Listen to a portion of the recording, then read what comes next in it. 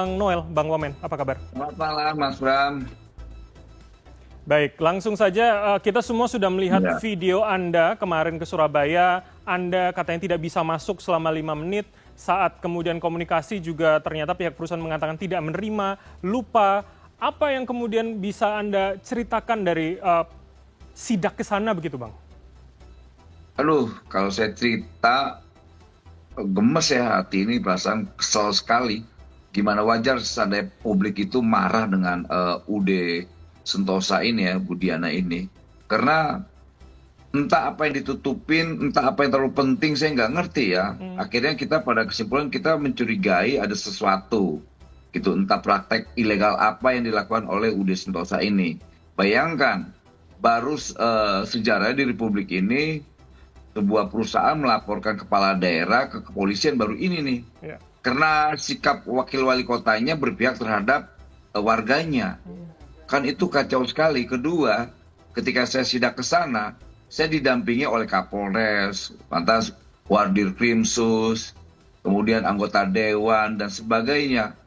Nggak dihargain juga. Saya nggak ngerti ini orang punya apa. Bahkan ketika kita coba ajak korporatif, bahkan saya sudah sampaikan, Bu, saya ini datang ke sini ingin melindungi industri ini agar ibu juga nyaman. Lantas dia tetap aja saya nggak tahu. Saya tanya, Bu, saya nggak butuh pengakuan. Yang penting ini kan ada orang-orang ini hadirin, saya hadirin tuh orang-orang yang ditahan ijazahnya. Bahkan mantan HRD-nya pun saya hadirkan. Nggak diakuin tuh. Saya nggak kenal, saya nggak tahu, saya lupa. Memang kita dong nggak kenal, saya nggak tahu, dan saya lupa.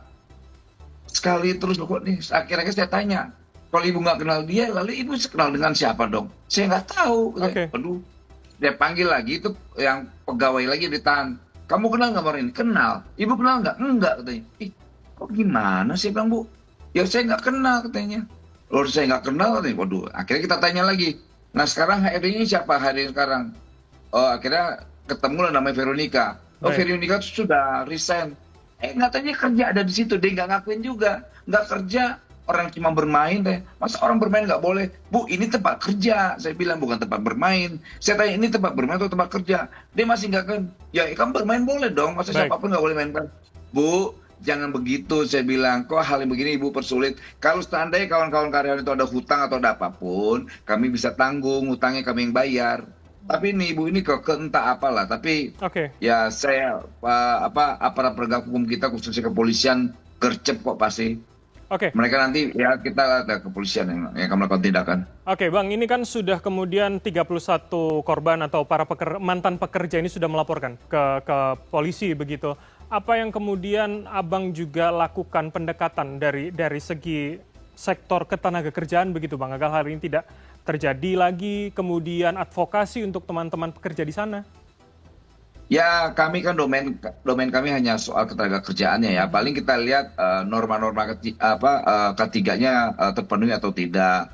Apalagi kita dapat informasi di sana sampai orang sholat Jumat pun ya, sampai saya marah banget itu. Itu kalau orang itu sholat Jumat dipotong gajinya. Kan itu menurut saya sudah keterlaluan. Kok orang ini nggak sadar. Pertama itu Jawa Timur, kedua dia berusaha di Republik ini. Oh sebegitu kejinya, karena saya sampaikan orang beribadah sholat Jumat ke kelenteng gereja, ke pura, kemudian ke vihara, itu dilindungi oleh undang-undang. Dia nggak peduli, itu tetap entah apa yang ada di benak otaknya, saya nggak ngerti. Sampai dia bilang agama saya diajarkan ini. Buset, saya sempat tersinggung tuh, waktu sempat marah juga. Loh, Bu, kami ini beragama semua. Saya orang Kristen, Pak Wali Kota orang Islam, yang hadir ini semua orang-orang beragama, Baik. orang Islam semua. Jadi banyak hal yang menurut saya aneh. Sampai dia ngirim, Pak ini bukan tempat narkoba, Pak. Kami pakai gitu-gitu loh. Oke. Kok narkoba. Tapi ngeri jawabannya menurut saya, orang ini, ya ini ya praduga. Orang ini kayak benar-benar pemain. Oke. Mafia kali ini orang ini. Baik, nah dengan kejadian seperti ini Anda mencium ada praduga jangan-jangan ada yang ditutupi. Langkah berikutnya seperti apa? Paling tidak mengamankan para tenaga kerja yang masih di sana begitu, Bang. Apalagi kalau saya mencuplik statement dari Wali Kota Eri Cahyadi mengatakan ini melanggar Perda Provinsi nomor 8 2016 tentang larangan perusahaan menahan ijazah. Artinya secara perda sudah salah, adakah aturan serupa secara nasional yang juga bisa menjerat begitu, Bang Noel? Nah, ternyata saya cek di Kemenaker itu tidak ada.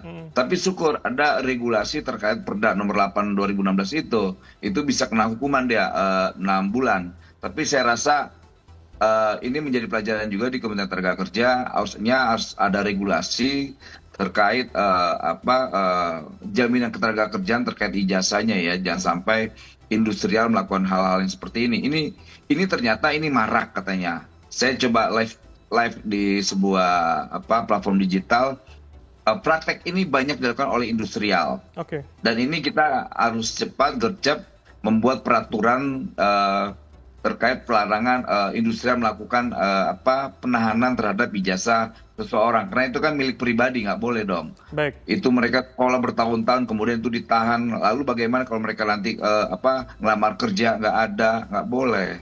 Oke, Bang, berarti artinya ini menjadi momentumkah kemudian untuk evaluasi internal di Kemenaker bahwa untuk memetakan lagi, jangan-jangan di banyak daerah lain juga terjadi begitu, Bang? Dan itu benar, banyak laporan ke saya, banyak sekali. Di GNT Bekasi katanya nahan juga. Lantas PT di mana Batam juga melakukan. Lantas banyak sekali, banyak sekali.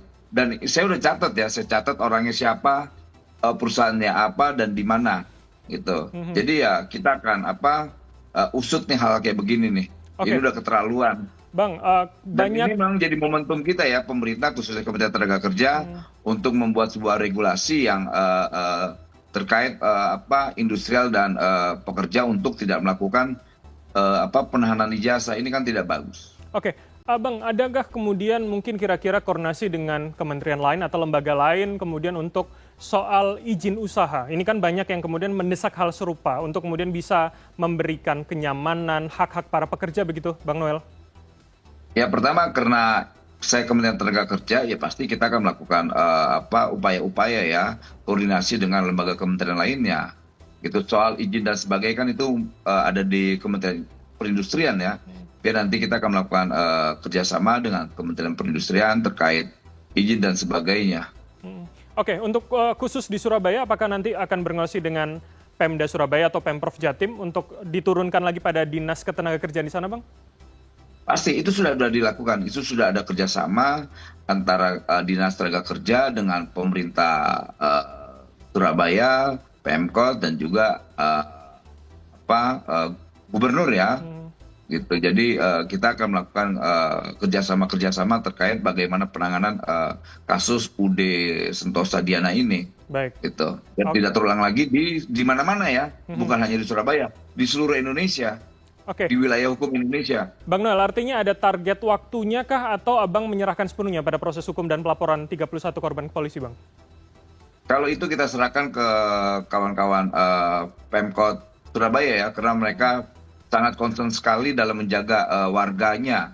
Jadi kita akan mensupport, gitu. Kita akan mendukung penuh upaya-upaya yang dilakukan oleh kawan-kawan pemerintah kota Surabaya, khususnya Pak Wali Kota dan wawalinya yang cukup progresif ya dalam menyikapi kasus ini. Baik. Oke, kami tunggu Bang kabar baiknya. Semoga kalau memang ini berhasil yang baik, ini tentu menjadi angin segar untuk pekerja lain. Terima kasih atas waktu Anda, Bang Noel Immanuel Ebenezer, Wakil Menteri Tenaga Kerja telah bergabung sama kami. Selamat malam. Sehat selalu, Bang.